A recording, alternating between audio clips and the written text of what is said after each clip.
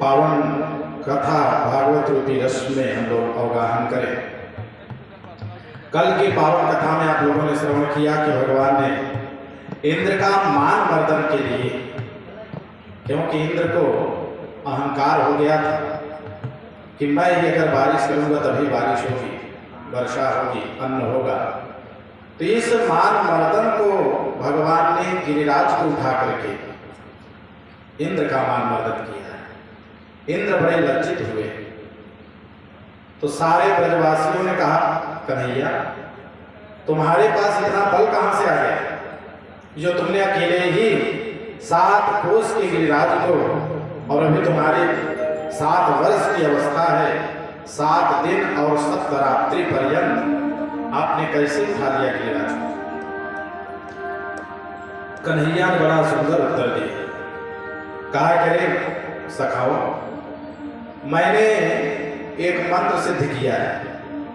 अच्छा, कौन सा मंत्र है?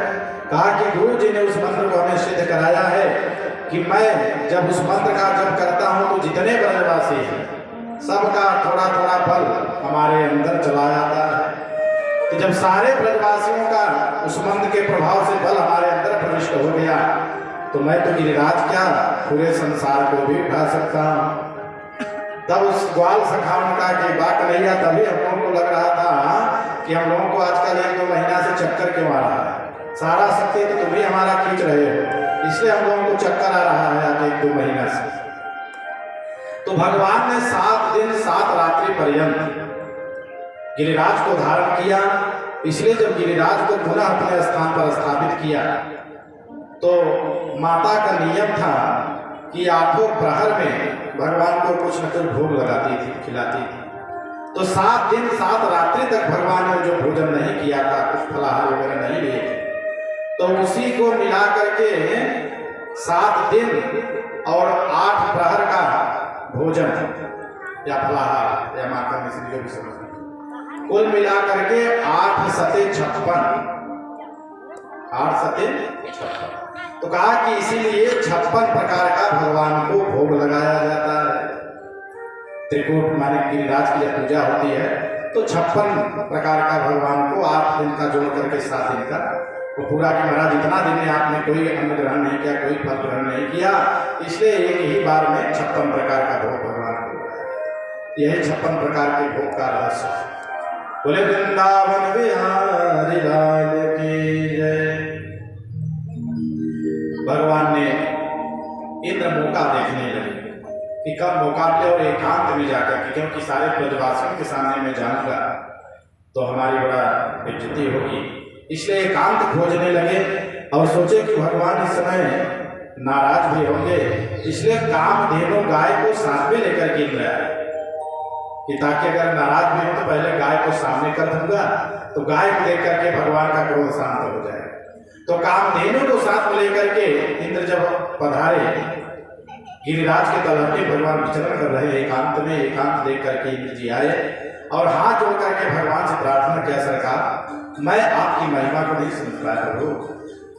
विशुद्ध सत्वम तव धाम शांतम तपोमयं हस्तरजस्तमसितं मायामयोऽयं गुणसंप्रवाहो न विद्यते ते ग्रहणानुबंधः। हे प्रभु, आपका जो धाम है गोलोक धाम, वो कहा विशुद्ध सत्व, विशुद्ध सत्व है, सत्व गुण से युक्त है, तपोमय पूरा तपमय है, ध्वस्त रजस्तमस्कम जहां अज्ञान रूपी अंधकार एक क्षण भी नहीं टिक पाता, ऐसा आपका तपोमय तेजोमय आपका धाम। और हे प्रभु, मैं अहंकार में आकर के आपकी जो अवहेलना किया है, हे प्रभु हमें क्षमा करिए।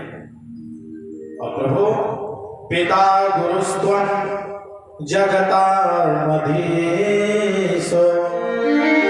दुरत्ययः काल उपात्तदण्डः हिताय स्वेच्छा तनुभिः समीहसे मानं विधुन्वन् जगदीश। कहा कि जब सारा जगत में छुपे हुए जगदीश्वर को न पहचान करके अपने आप को ही जगदीश मान करके बैठ जाता है कि सारा संसार का काम मैं ही कर सकता हूं, ऐसे जगदीश मानी नाम मानव विधुनवन। ऐसे जगदीश धारियों का, जगदीश अपने आप को जगदीश मानने वालों का आप जो है मान का मर्दन कर करके और अपनी जगदीश्वरता को सिद्ध करके ऐसे जगदीश्वर को प्रणाम। पिता गुरुस्तम जगताधीश, सारे संसार के आप ही गुरु हो, आप ही पिता हो, आप ही माता। इंद्र की स्तुति सुनकर के भगवान प्रसन्न होते। परीक्षित महाराज ने पूछा, गुरुदेव ब्रह्मा जी ने 40 श्लोकों द्वारा जब स्तुति किया भगवान का, तो भगवान एक भी शब्द नहीं बोले, और इंद्र ने 2-4 ही श्लोकों भगवान की वंदना किया, तो भगवान क्यों बोल दिए, क्यों प्रसन्न हो गए तुरंत? तो सुखदेव ने बड़ा सुंदर उत्तर दिया। कहा, राजन इसमें बहुत बड़ा रहस्य छिपा है। क्या रहस्य माना? कहा कि ब्रह्मा जी ने जब भगवान की भले ही 40 श्लोकों द्वारा स्तुति किया है, लेकिन ये अपराध उनसे हो गया था जो उनके ब्रजवासियों को, गायों को, बछड़ों को छिपा करके भगवान से दूर रख दिया था। इतना दिन भगवान अपने भक्तों से, अपने सेवकों से दूर रहे, और वो भी पितामह होकर के जो सृष्टि का सृजन करते हैं। पितामह माने सर्वश्रेष्ठ होते हैं ना, बड़े होकर के भाई साधारण व्यक्ति तो गलती करे तो क्षम्य है, लेकिन जो उच्च पद पर बैठे हुए हैं, उच्च सिंहासन पर बैठे हुए हैं, ऐसे लोग भी थोड़ा सा भी गलती करते तो बड़ा लेवल में हो जाता। तो इसलिए कहा कि ब्रह्मा जी पितामह की श्रेणी में है। उसके बाद भगवान के भक्तों को, भगवान के ब्रजवासियों को भगवान से 1 वर्ष तक दूर रखा। और इंद्र ने क्या किया? इंद्र ने भले ही वर्षा किया, तहस नहस करना चाहा, लेकिन जितने भी ब्रजवासी थे, ग्वाल बाल बछड़े गाय, सब भगवान के 7 दिन एकदम बगल में ही सब लगे बैठे थे। भगवान सबका दर्शन कर रहे थे खड़े खड़े, और सब भगवान का दर्शन कर रहे थे। कहा इसलिए इंद्र को भगवान ने क्षमा कर दिया कि चलो इंद्र तुमने भले ही कष्ट दिया, लेकिन सारे ब्रजवासी हमारे आंखों के सामने थे, और ब्रह्मा ने भले ही थोड़ा ही गलती किया था, लेकिन हमारे ब्रजवासियों को 1 साल तक हमसे दूर रखा। इसलिए भगवान इंद्र के ऊपर जल्दी प्रसन्न। सुखदेव वर्णन करते हैं कि राजन, जितने भी कंस राक्षसों को भेजता है, उतने ही भगवान क्षण भर में समाप्त कर देते हैं। कहा एक वत्सासुर नामक राक्षस आया बछड़े का रूप धारण करके, तो सोचा कि बछड़े का रूप धारण करके आएंगे तो भगवान हमें छोड़ देंगे, मारेंगे, क्योंकि भगवान तो गौ सेवा करने वाले हैं। तो कहा कि भगवान ने उस बछड़े के स्वरूप में वत्सासुर का भी वध किया। तो कहा महाराज वो तो बछड़ा था, उसको भगवान ने क्यों मार दिया? कहा इसलिए मार दिया कि भले ही अगर अधर्म के आड़ में अधर्म अगर व्यक्ति कर रहा है, तो उसका वध करने में कोई दिक्कत, धर्म का चोला ओढ़ करके, और भले ही स्वरूप बनाए बछड़े का, लेकिन कर्म तो उसका राक्षसों का आकर के ब्रजवासियों को कष्ट दे रहा है। इसलिए भगवान ने उसका संहार किया कि मूर्ख, तुम्हें मत समझो कि तुम धर्म के आड़ में अधर्म करोगे और मैं तुझे छोड़ूंगा। इसलिए शास्त्रों में वर्णन है कि उघराई अंतन होई निपात,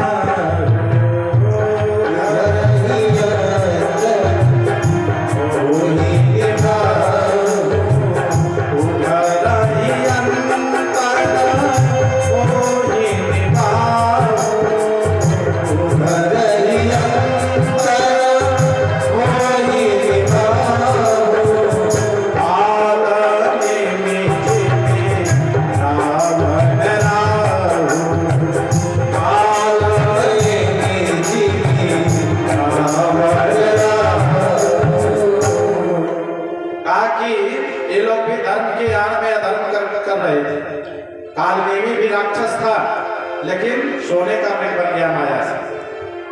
रावण भी राक्षस था, लेकिन ब्राह्मण का वेश बना करके, संत का वेश बना करके सीता का हरण करने गया। और राहु भी राक्षस था, लेकिन वह भी देवता बन करके अमृत का पान करने गया था। इसलिए ऐसे लोगों का वध करने में भगवान को कोई समस्या नहीं। बत्सासुर का भगवान उद्धार किया।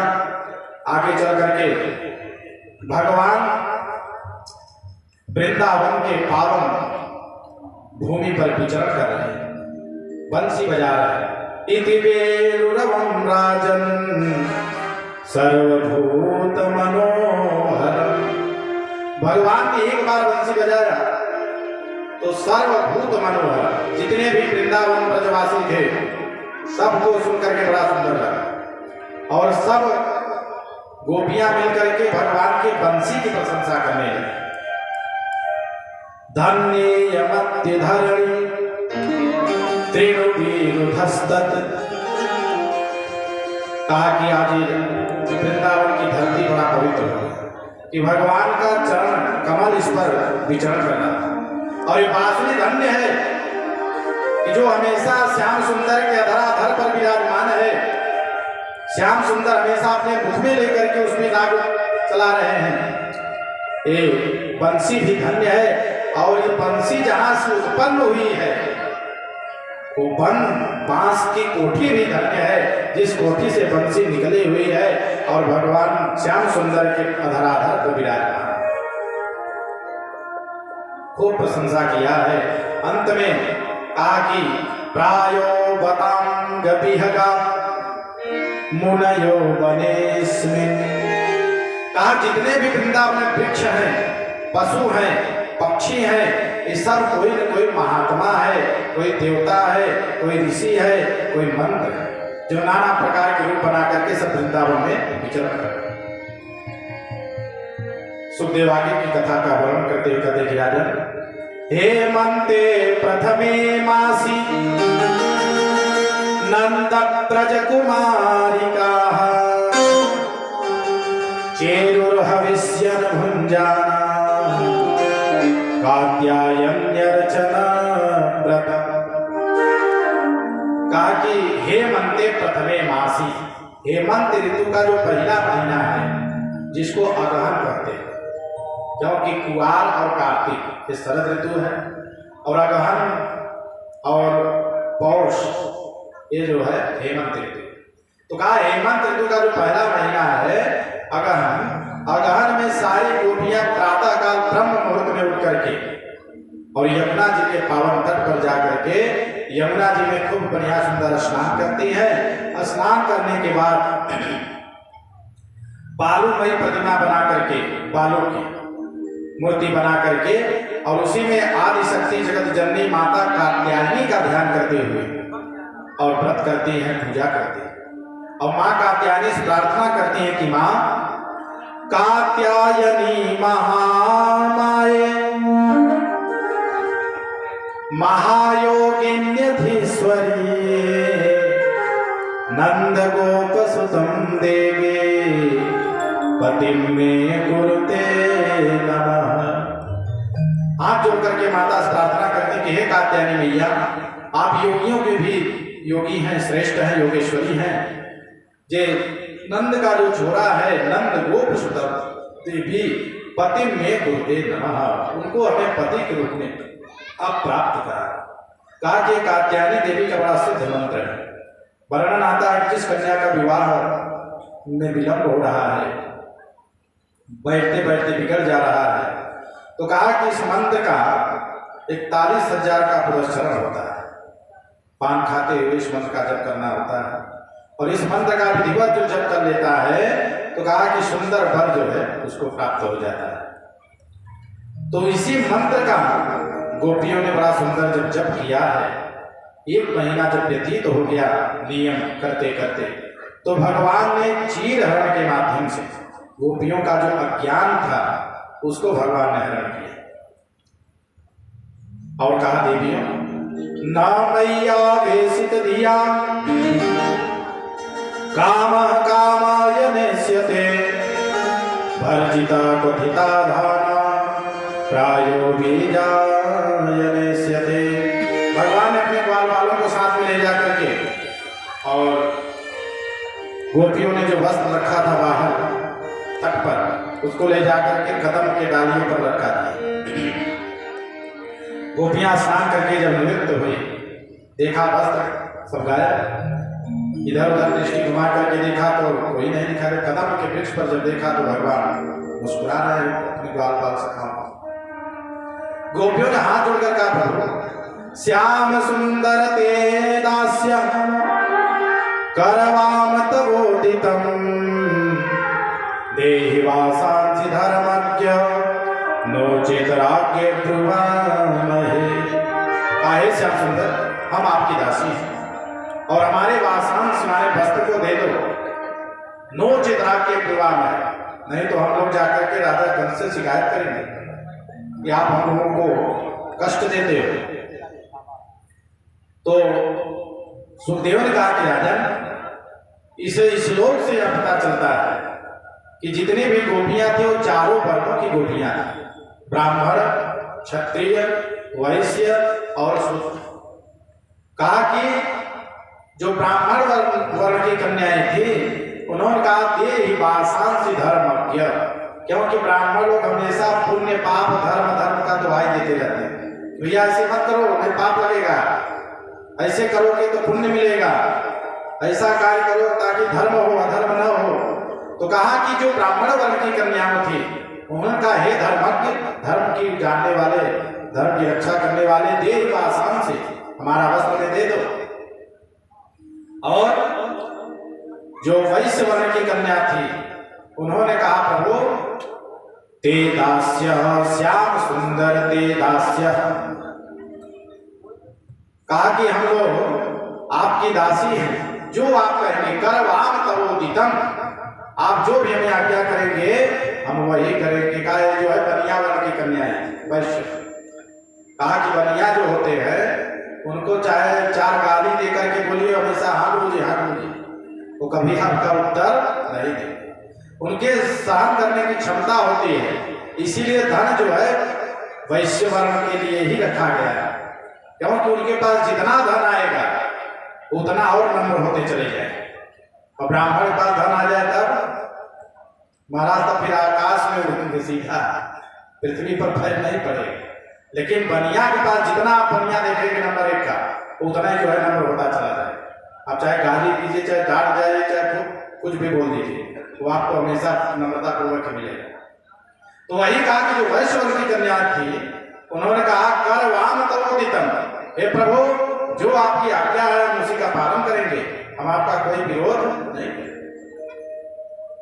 और शूद्र वर्ण की कन्याओं का, प्रभु श्याम सुंदर ते दास्य, हे प्रभु हम आपकी दासी हैं, हम आपकी सेविका हैं, जो हमें आदेश आप करेंगे हम आपकी सेवा करेंगे, हमारा वस्त्र दे दें। लेकिन जो क्षत्रिय वर्ण की कन्याएं थी, तो क्षत्रिय वर्ण की कन्याएं थोड़ा तेज होती है, राजसी होती है। तो कहा नो चेतरा के प्रवाह में, हे श्याम सुंदर हमारा वस्त्र दे दो, नहीं तो हम जाकर के राजा से तुम्हारी शिकायत करेंगे। तो भगवान ने कहा कौन से राजा के पास जाओ? नंद तो हमारे पिताजी हैं, ब्रज के जो राजा है, और मथुरा के राजा के पास जाओगे तो वहां भी हमारा ननिहाल है, वो तो हमारे सगे मामा लगते हैं। तो आपका पावर ज्यादा काम करेगा कि हमारा पावर काम करेगा? कहीं भी जाओ। तो गोपियों का सरकार हम लोगों को से अपराध हो गया। कहा कि आप लोग जो इस प्रकार स्नान करते हो, कहा इससे वरुण देवता का अपमान होता है, अवहेलना होता है, इसलिए हे देवियों आज से इस प्रकार से स्नान करना बंद कर। और रही बात आप लोगों को दर्शन देने की, तो ठीक शरद पूर्णिमा के दिन जो है आप लोगों को मैं दिव्य दर्शन कराऊंगा अपना, और आज से आप लोग हमारी भक्त हो गई है। देखिए भक्त का दो प्रकार का होता है, भक्त माने भक्त सेवक, और भक्त माने भात भी होता है, चावल। भक्त माने चावल भात। तो कहा कि जैसे चावल हम लोग जब पकाते हैं बर्तन में, तो एक चावल को देख लेने से पूरे चावल का अंदाजा लग जाता है कि पक गया है कि नहीं ना। कहा उसी प्रकार भगवान ने इन गोपियों के माध्यम से सारे ब्रजवासियों का भाव समझ लिया कि वास्तव में लोगों का अत्यंत प्रेम है, अत्यंत भक्ति है हमारे लिए। नारद जी अपने भक्ति सूत्र में लिखते हैं कि अगर भक्ति करना है तो यथा ब्रज गोपिका, जैसे ब्रज की गोपियां भगवान की भक्ति किया है इस प्रकार भक्ति करना चाहिए।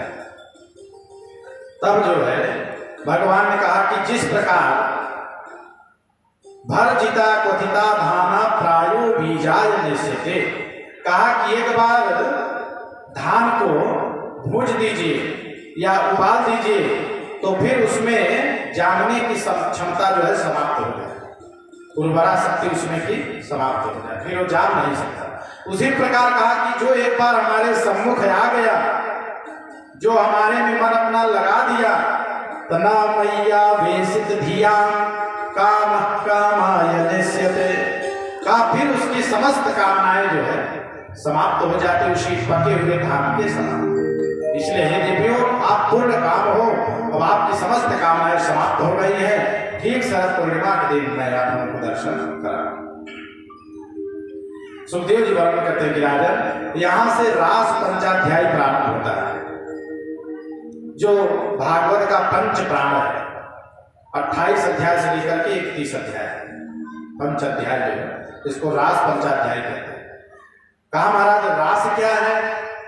कहा रसो वैसा, जो साक्षात रस स्वरूप है, और रसानाम समूह रास, जहां पूरा रस ही रस भरा हो, रस का ही पूरा समूह हो, उसी का नाम है महारास। तो कहा कि जो गोपियां हैं ये बड़े बड़े सिद्ध महापुरुष जो कई हजार वर्षों तक भगवान की तपस्या करके समाधि लगाकर जब तप किए और भगवान का दर्शन नहीं हो पाया था, ऐसे ही महापुरुष लोग आकर के गोपी स्वरूप में वृंदावन में निवास कर रहे। वेद की जो समस्त ऋचाएं हैं वो गोपी बनकर के विराजमान है। मिथिला के जितने नगर की स्त्रियां हैं वो भी भगवान रघुनंदन से प्रार्थना किया था कि प्रभु हम भी आपको पति के रूप में प्राप्त करना चाहते हैं। तो भगवान ने कहा कि इस समय में मर्यादा पुरुषोत्तम के रूप में अवतार लिया हो, तो इस समय तो आप लोगों का कामना पूरा नहीं हो पाएगा, द्वापर युग में सभी कामना मनोरथ पूरा। तो भगवान ने सारे ब्रज में गोपियों के माध्यम से भगवान ने सबको अपना दिव्य दर्शन कराया। सुखदेव जी वर्णन करते हैं कि राजा भगवान पिता रात्रि शरदोत्फुल्ल मल्लिका विक्षरन्तु मनश्चक्रे योग माया उपाश्रिता। भगवान अपि माने भगवान, उसके बाद अपि माने भी, एक और कौन? कामदेव। कामदेव ने भगवान को ललकारा कि प्रभु मैंने ब्रह्मा जी, शंकर जी, देवता, ऋषि, महर्षि सबको पराजित कर दिया है, केवल आप ही बाकी। एक बार आप ही हमसे पराजित हो जाओ, उसके बाद सारे संसार का त्रैलोक विजयमय हो जाए। तो भगवान ने कहा ठीक है भाई, आकर तुम भी देख लो। तो भगवान अब भगवान के साथ कामदेव भी उस महाराज में प्रवेश किया। रात्रि माने पूर्व कथिता शरद रात्रि भिक्षरन्तुम मनश्चक्रे, ऐसा दिव्य भगवान ने वातावरण का निर्माण किया। शरदोत्फुल्ल मल्लिका, किस्म किस्म के पुष्प विकसित हो गए, चारों तरफ पूरा प्रकाशमय हो गया। चंद्रमा अपने 16 कलाओं से प्रकट हो गए। इसलिए शरद पूर्णिमा का बड़ा महत्व है। शरद पूर्णिमा के दिन ही लोग खीर बना करके अपने छत पर रखते हैं, क्योंकि उस दिन चंद्रमा का अमृत द्रव जो है उसमें किरण के माध्यम से प्रविष्ट होता है। तो इसलिए उस दिन खीर बना करके लोग अपने छतों पर रखते हैं, ताकि चंद्रमा का जो अमृत द्रव है वो किरण के माध्यम से इस खीर में प्रवेश करे। और वर्णन आता है कि अगर सूर्योदय के पहले ही उस खीर को खा लिया जाए स्नान करके, भगवान का जप करके, तो वर्णन आता है कि उसको किसी भी प्रकार का रोग नहीं होता। अगर हर साल इस विधि का पालन करें, खीर बना करके उसको ग्रहण करें, उसी शरद पूर्णिमा के पावन मुहूर्त में जितने भी पुराने वैद्य लोग हैं वो अपनी जड़ी बूटी को ले जाकर के सबसे ऊपर छत पर रख देते हैं और उस दिन चंद्रमा का जो अमृतद्रव उसमें प्रकट होता है, तो उसी को साल भर रखते हैं, उसी में से थोड़ा थोड़ा निकाल करके औषधि में मिला करके रोगियों को देते हैं। इतनी महत्व है शरद पूर्णिमा के चंद्रमा। शरदोत्फुल्ल मल्लिका वीक्षरन्तुं मनश्चक्रे योग मायामुपश्रितः। भगवान ने यहाँ योग माया का थोड़ा सा आश्रय लिया, क्योंकि बिना माया का कोई कार्य संपन्न होने वाला नहीं। जब भगवान ने गिरिराज को भी उठाया तो माया का सहारा लिया, और इस समय जब महारास भी करने जा रहे तो योग माया उपाश्रितः, वही आदिशक्ति जगत जननी माता का भगवान ने आश्रय लिया।